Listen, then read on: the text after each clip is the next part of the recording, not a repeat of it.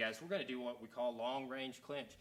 It is when you're in the phase of clinch, you were at that range, but nothing's really happened yet. And we filmed a video earlier, this we call a horizontal elbow trigger drill, where I'm like that, and she she elbows, right? So here, you know, she has the inside position, but with me having the outside position, I can control her hands, right? And I can either pull her hands down or push them. And you'll see some of the best boxers in the whole world, different types of martial artists will pull people's hands down. Like Vasily Lomachenko, he's southpaw, but he will do that. He'll whoop, bop, right? Or he'll go, bop. That's an example from boxing, but you see these kinds of maneuvers everywhere. You see the ties, particularly being in here, right? You see in MMA this sort of hand fight, right? Where they're just always feeling with that front hand, like Mike Winklejohn. Saw a video on him the other day where he's starting with this hand being outside here and whoo, pulling it back. So it's just, you know, hands are mobile. And when they're mobile, the phase, the range can change and go from boxing phase to clinch phase in an inch, right? It's a game of inches. So if I'm here on the inside, you don't stay here. I don't want to give her an opportunity to do that inside horizontal elbow. So what I can do is I can do an elbow of my own. Here. So whoever has the outside position, I can pull her hand down and elbow.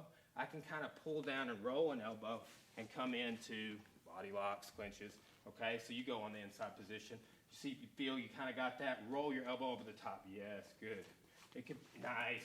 It could be a horizontal or a downward. I like the downward because I can just roll that elbow up here, and you can spear in with it. Get that underhook. Okay, so elbow's a good option here. Now, from this, I can pull down and knee, right? This is similar. We put out some videos a while back. Give me a hook. That's a long-range clinch as well. Boom, right? That's getting in closer. So, you know, you've got just like grabbing, pulling, and kneeing, okay? So how could I implement this if I'm sort of at range and the distance is closing, right? Here, boom. Come out and in with that straight knee. Go straight in, okay? So you got, just from the clinch, you got elbow, you got knee, you've got clinch, then knee. So I could pull down to knee, or I could pull down and clinch and knee. I could do this knee, I could do skip knees, right? I could do knee, switch knee, different rhythms, different counts, okay? So one more time on that one, just the differentiation is pulling down and knee, or you pull down and clinch. The first one from this position I ever learned, and then you knee, then you move and turn, whatever you want to do. Last option, we go back to boxing. You find that you're in this phase, you understand that she can elbow, and she's on the inside position, she can do things, okay? So here, 2 hands, 3 hands, hook, cross, hook, cross, hook, cross. So here, right?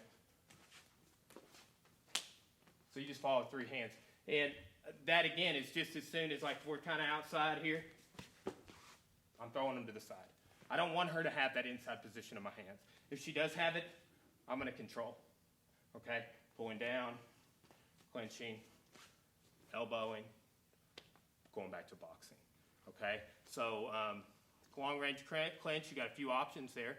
And I think you could make a little series out of that. That's exactly how we've been drilling it in our Thai boxing classes. And you know, you've got to be able to fight in all phases and in all ranges, and you've got to be able to seamlessly flow in and out of those different phases and ranges. All right? Thanks, guys.